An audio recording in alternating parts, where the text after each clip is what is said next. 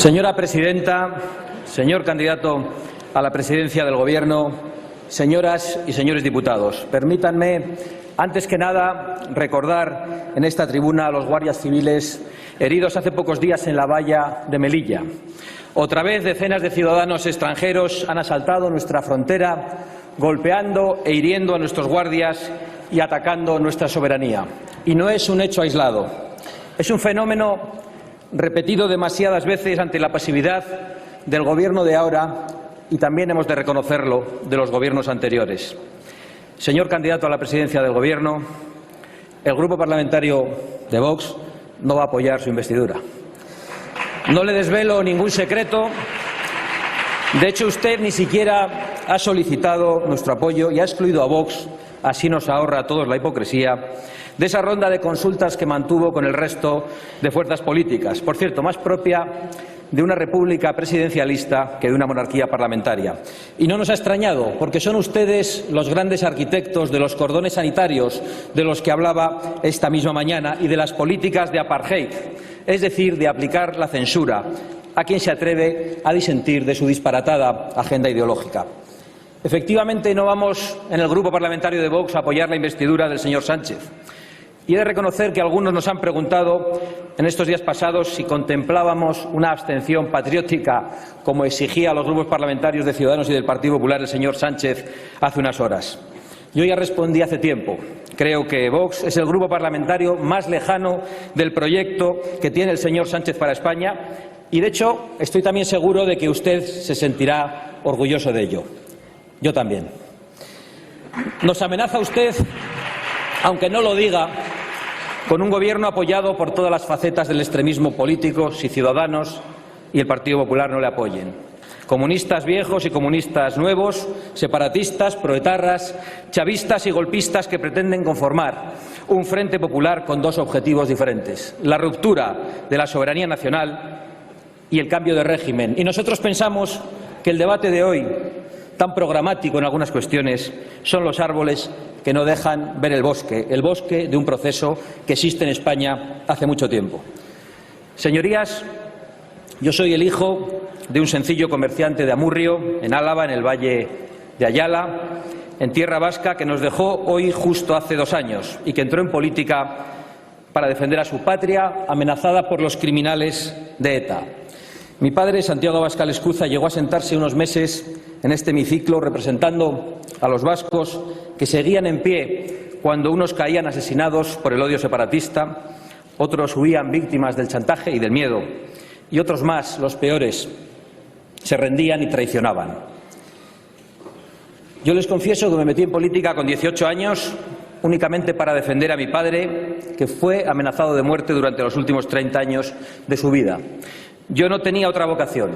pero muy pronto comprendí que esos asesinos etarras no eran locos sedientos de sangre, o mejor dicho, no eran solo locos sedientos de sangre.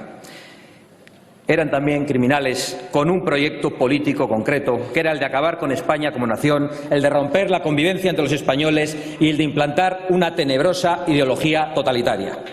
Pues bien, Arnaldo Otegi, condenado por ser dirigente de esa banda de criminales y que participó en el secuestro de un embajador del Reino de España y en el intento de secuestro de un padre de la Constitución que usted reivindicaba, de Javier Rupérez y de Gabriel Cisneros, dice que usted es la mejor opción para ocupar el Gobierno. Y usted, o lo que es lo mismo, la televisión pública que dirige por persona interpuesta, corresponde al halago terrorista, invitando a Otegi a la pantalla de Radiotelevisión Española. Debería usted haberse evitado ese bochorno histórico de esa entrevista, que es una humillación más a las víctimas del terrorismo y a todos los españoles. Y deberían haberse evitado el bochorno también de llamar a Vox esa misma noche para que sirviéramos de coartada, trampa en la que, por supuesto, no caíamos. Y a propósito de esa infamia televisada, nos gustaría saber a los diputados de Vox y a millones de españoles, y yo sé que esto les sorprenderá a muchos diputados porque lo consideran cosa pasada, si este empeño de normalizar a los terroristas en la vida política y la vida pública española es fruto de las negociaciones que el señor Zapatero mantuvo con la banda terrorista ETA. De hecho, nos gustaría conocer el contenido íntegro de esas actas de negociación que formalmente hemos pedido en esta Cámara. Creemos que los españoles Tienen el derecho a conocer si el PSOE del señor Zapatero puso en marcha una hoja de ruta para blanquear la historia de ETA, legalizar sus marcas políticas, para excarcelar y conceder medidas de gracia terroristas, para entregar Navarra al separatismo vasco o para incluso promover una reforma constitucional que contemple el derecho de autodeterminación y, por lo tanto, la liquidación de la soberanía nacional. Los españoles tienen derecho a exigirle el contenido de esas actas al Gobierno y saber si el Gobierno de España, si los Gobiernos de España han tenido o tienen hipotecas con bandas terroristas, es decir, si tienen hipotecas con los enemigos de España. Y, en definitiva, tenemos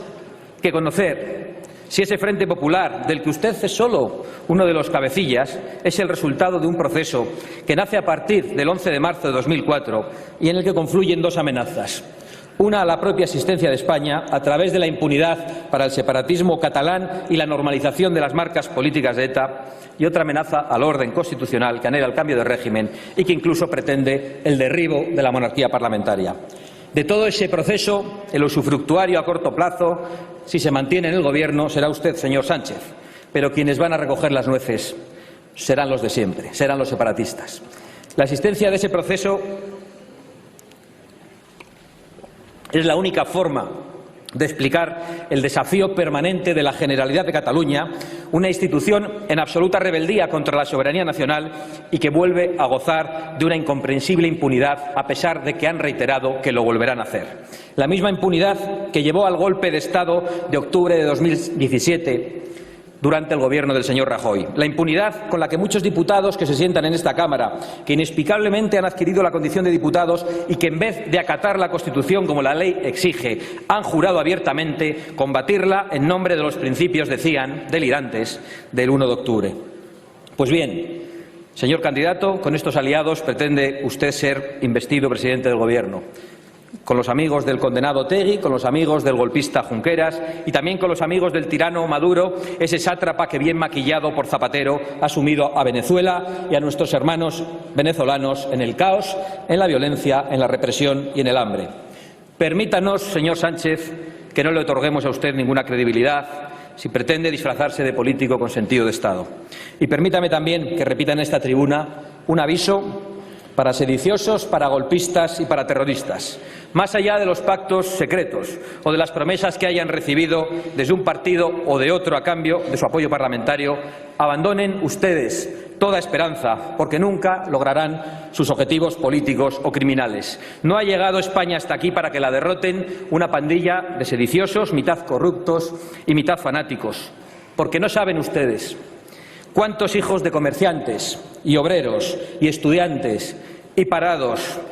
de médicos, de jueces, de hombres del campo y de la mar se pondrán en pie olvidando cualquier diferencia cuando sientan amenazada su patria.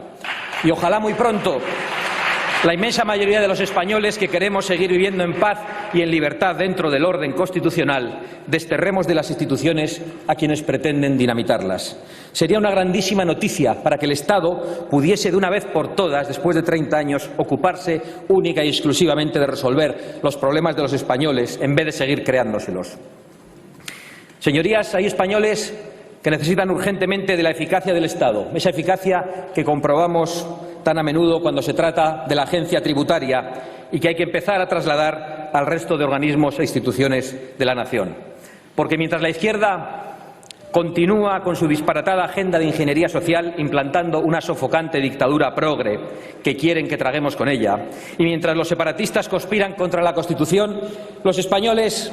tienen que seguir pagando la factura, los españoles de a pie, una factura cada vez más abultada que, según su discurso, señor Sánchez, se incrementará todavía más. Si trabajas, impuesto sobre la renta; si ahorras, impuesto sobre el patrimonio; si consumes, impuesto sobre el valor añadido; si inviertes, impuesto de transmisiones patrimoniales o de actos jurídicos documentados; si lo regalas, impuesto de donaciones; y si te mueres, impuesto de sucesiones. Impuestos, impuestos, impuestos con los que arruinan a la España viva, a la España que madruga, con los que arruinan a las clases medias para que con su esfuerzo sostengan el disparate autonómico, el derroche político y la orgía de las subvenciones. Es inaceptable que haya hijos que tengan que renunciar a la herencia que les dejan sus padres, a los que tanto tiempo les costó generarla, porque no pueden hacer frente a la factura fiscal que ustedes les imponen. Y es inaceptable que los pequeños y medianos empresarios estén ahogados con impuestos que subieron el señor Montoro y el señor Rajoy y que ustedes seguirán subiendo según lo que ha anunciado hoy. Impuestos, tasas, burocracias, directrices europeas, nacionales, autonómicas y municipales que están asfixiando y empobreciendo a las clases medias y más desfavorecidas, destruyendo empleo o creándolo en condiciones que hacen imposible a nuestros jóvenes desarrollar un proyecto de vida. Porque, digámoslo abiertamente, el ascensor social está quebrado en España y lo han quebrado precisamente quienes dicen trabajar por las clases desfavorecidas, a las que no han ayudado, pero sí han logrado, en cambio, arruinar a gran parte de la clase media, amenazando sistemáticamente la propiedad privada, despreciando el mérito y el esfuerzo. Como hemos visto, por cierto, hace unas semanas con Amancio Ortega, un español humilde hecho a sí mismo, al que han difamado brutalmente por crear empleo y por cometer el gravísimo delito de realizar donaciones a la sanidad pública. O como hicieron con Ismael, el currante del Pladur, al que sus esbirros de la prensa ultraizquierdista trataron de ridiculizar por no aceptar la medicina de las oligarquías progres en una ya muy conocida entrevista. Señorías, siento una rabia y una indignación profunda cuando me cuenta un autónomo hace unos días que este verano ni siquiera puede tomarse unos días de vacaciones. O el empresario de una pyme que dice que tiene que cerrar por no poder soportar la carga de un Estado que entre unos y otros están convirtiendo en un gigantesco e insostenible aparato de propaganda socialista. Porque lo más terrible de todo esto es que ustedes, desde todos los partidos políticos con responsabilidades de gobierno, destinan el dinero de esos impuestos a destruir riqueza, a financiar procesos golpistas que siguen en marcha, a restringir libertades para que solo unos puedan hablar y a aniquilar la igualdad de los españoles ante la ley. Cuando no lo hacen ustedes directamente, se lo encargan a esas asociaciones donde están sus amigos y camaradas, auténticos parásitos que van estrangulando la libertad y empobreciendo a la sociedad que les mantiene. Esos comisariados políticos que se apropian de sectores de la población como si fueran sus legítimos representantes y se atreven a dictaminar quién puede acudir o no a una manifestación. Por cierto, llegados a este punto, aprovecho para pedirle que cese al señor Marlaska. Escuchando su vergonzosa justificación del ataque de unos energúmenos a unos diputados de esta Cámara, entiendo mejor por qué en los numerosos procesos electorales de este curso los simpatizantes y los militantes de Vox han sufrido todo tipo de insultos, de coacciones, de ataques y amenazas, como no ha tenido que padecerlos ninguna otra fuerza política de esta Cámara. Imagino que el ministro del Interior las encontraba perfectamente justificadas por el simple hecho de que no le gusta cómo pensamos ni lo que decimos. Y lo lamento. Pues bien, celebro informarle, en cambio, señor ministro, que va a seguir escuchando a esos casi 3 millones de españoles que han confiado en nuestra formación política, porque nos han votado precisamente para que defendamos su derecho a disentir del consenso progre de todos los partidos y de la inmensa mayoría de los medios de comunicación. A mí me habría gustado aprovechar esta sesión parlamentaria para dar las gracias a todos los portavoces políticos que se han solidarizado con los simpatizantes de Vox, agredidos, amenazados e insultados a lo largo de todo el territorio nacional desde el pasado mes de diciembre, incluso desde antes. Pero ya lo he hecho en persona, porque han sido muy pocas las muestras de solidaridad recibidas y porque casi nadie, ningún grupo político, ha apoyado nuestra denuncia contra esas violencias que parece que empiezan a ser vistas con normalidad desde que el comunismo con el que usted quiere pactar popularizó los escraches en España. Puedo llegar a entender esa falta de solidaridad, señorías,